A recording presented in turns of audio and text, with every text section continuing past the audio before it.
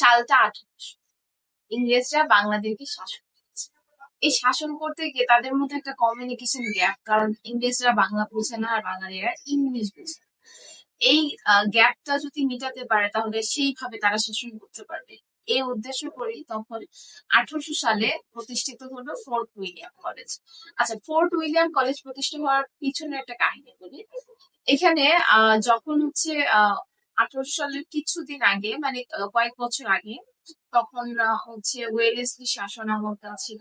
এবং তখন William Carey নামে একজন সে হচ্ছে প্রথম রামরাম বসুর কাছে সে বাংলা শিখে। প্রায় 3 বছর শেখার পর সে মোটামুটি বাংলাটা আয়ত্ত করে ফেলে।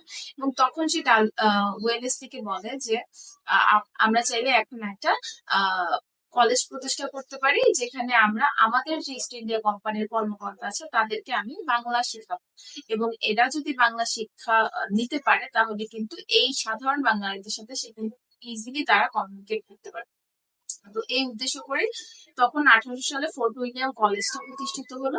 এটা মেইনলি একটা জায়গা ছিল যার নাম হচ্ছে ফোর্ট উইলিয়াম কমপ্লেক্স, সেটার ভিতরে এই কলেজটা প্রতিষ্ঠিত হয় বলে এটার নাম হয়েছে ফোর্ট উইলিয়াম কলেজ। এবং এই ফোর্ট উইলিয়াম কলেজের একদম প্রধান ছিল হচ্ছে উইলিয়াম কেরি। এবং 1801 সালে এই বাংলা বিভাগ তখন চালু করে এবং উইলিয়াম কেরি থাকে বাংলা বিভাগের প্রধান।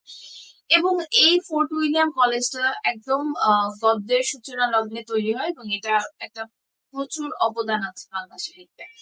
তো এই ফোর্ট উইলিয়াম কলেজটাতে মোটামুটি 8 জন শিক্ষক ছিলেন, তাদের নামগুলো ইম্পর্টেন্ট, এটা আপনারা মুখস্থ করে নেবেন।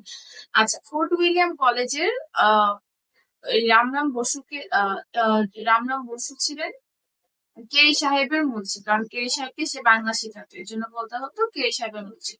তো মৃত্যুঞ্জয় বিদ্যালঙ্কার, চণ্ডীচরণ মুন্সি, এই যে ফোর্ট উইলিয়াম কলেজে যে 8 জন শিক্ষক, তাদের 13টা সাহিত্যকর্ম, এগুলো আপনাদের মুখস্থের বিষয়। বাকি জিনিসগুলো মুখস্থের বিষয় না। আচ্ছা, তো এই যে যখন 1817 সালে আবার হিন্দু কলেজ প্রতিষ্ঠিত হলো, এই হিন্দু কলেজটা প্রতিষ্ঠিত হওয়ার পর পর আস্তে আস্তে ফোর্ট উইলিয়াম কলেজের যেটা জনপ্রিয়তাটা আস্তে আস্তে কমতে থাকে। এবং হিন্দু কলেজ প্রতিষ্ঠিত হওয়ার পরে মোটামুটি আহ এখানেও কিছু শিক্ষক, তারপর হচ্ছে রাজা রামমোহন রায়, বিভিন্ন মানুষ এখানে শিক্ষা করতে শুরু করে এবং আস্তে আস্তে বাংলা গদ্যের কিন্তু বিকাশ শুরু হয়। হিন্দু কলেজের একজন তরুণ শিক্ষক ছিল ডিরোজ।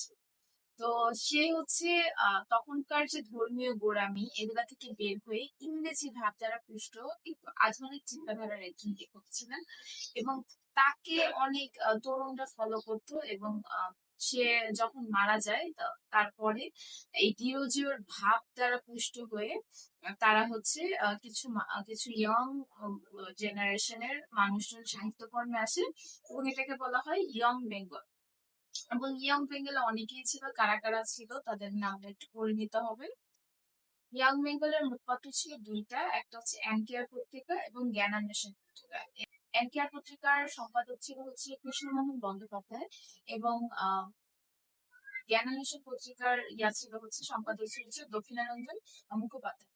তো এই দুটাই খুব ইম্পর্টেন্ট। আচ্ছা, তো পরবর্তীতে হচ্ছে বঙ্গীয় মুসলিম সাহিত্য সমিতি হয় ডক্টর মোহাম্মদ শহীদুল্লাহর ইয়াতে। এটা অনেকদিন হচ্ছে মোটামুটি থাকে জনপ্রিয়। এবং পরবর্তীতে ঢাকা মুসলিম সাহিত্য সমিতি গঠন করে ডক্টর মোহাম্মদ শহীদুল্লাহ। এবং সেটার খুব জনপ্রিয় ছিল এবং এই মুসলিম সাহিত্য সমাজের এক মুখপাত্র ছিল শিক্ষা পত্রিকা। শিক্ষা পত্রিকা খুবই ইম্পর্টেন্ট। এটা হচ্ছে এটার স্লোগানটা, শিক্ষা পত্রিকার সাথে কারা কারা কাজ করতে, এগুলো খুবই। এরপর আসছে বাংলাদেশ এশিয়াটিক সোসাইটি এবং সেখান থেকে 2003 সালে বাংলাপিডিয়া হচ্ছে বের হয়। এবং পরবর্তীতে ভাষা আন্দোলনের পর 1955 সালে তৈরি হয় হচ্ছে বাংলা একাডেমি। বাংলা একাডেমি, যেটা কিনা আগে হচ্ছে বর্ধমান হাউস ছিল। তো এই ছিল হচ্ছে বাংলা গদ্যের সূচনাকাল। এবং আমার কাছে মনে হয় একটু গল্প আকারে পড়লে আপনাদের সেটা ভালোভাবে মনে থাকবে। আর এই যে বাকি যে জিনিসগুলো এগুলো আপনাদের মুখস্থ, সবকিছু কিন্তু মুখস্থের বিষয়। তো এটার জন্য আজকের এই ভিডিওটা। সবার কেমন লেগেছে কমেন্ট করে জানাবেন। সবাই ভালো থাকবেন।